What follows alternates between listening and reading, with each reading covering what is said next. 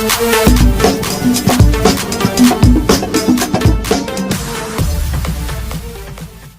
सोचना पड़ेगा, पाकिस्तान के हर शहरी को ये सोचना पड़ेगा, पाकिस्तान की हुकूमत को ये सोचना पड़ेगा कि आबी ज़ख़ीरों को किस तरह से बढ़ोतरी दी जाए, किस तरह से अपने आबी ज़ख़ायर के एतबार से हम अपना पानी अच्छी तरह से स्टोर कर सकें, ताकि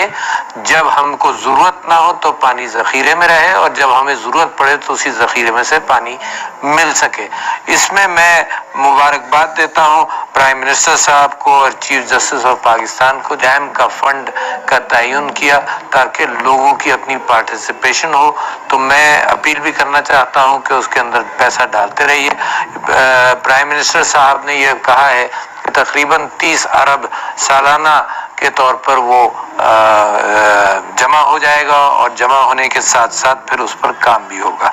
मगर उसके अलावा मैं आपसे एक और गुजारिश करना चाहता हूं कि एग्रीकल्चर के एतबार से हमें, जैसे कि मैंने अपनी सदारती तकरीर के अंदर ये बात रखी थी और हुकूमत इसको फ़रोग़ देना चाहती है कि फ्लड इरिगेशन के मुकाबले पर ड्रिप इरिगेशन और स्प्रे इरिगेशन का काम शुरू हो, और हो भी चुका है। और मैं ज़राअत से वाबस्ता लोगों से अपील करना चाहता हूं कि इसके अंदर इन्वेस्ट कर उस तरफ जाएं ताकि पानी कम इस्तेमाल हो क्रॉप्स के अंदर। जो हाई वाटर इंटेंसिव क्रॉप्स हैं उससे हमको दूर होकर उन क्रॉप्स की तरफ जाना पड़ेगा जो पानी इतना डिमांड नहीं करती, और हाई वो यानी क्रॉप सब्स्टिट्यूशन का काम करें। तीसरी बात मैं आपसे कहना चाहता हूं कि ज़राअत के एतबार से पानी की बहुत सारी चैनल्स की लाइनिंग की ज़रूरत है जो जारी है, और मगर शहरों के अंदर भी हाल ये है कि जैसे जैसे हमारी पॉपुलेशन बढ़ रही है तो पानी के ज़ख़ायर इतने नहीं है।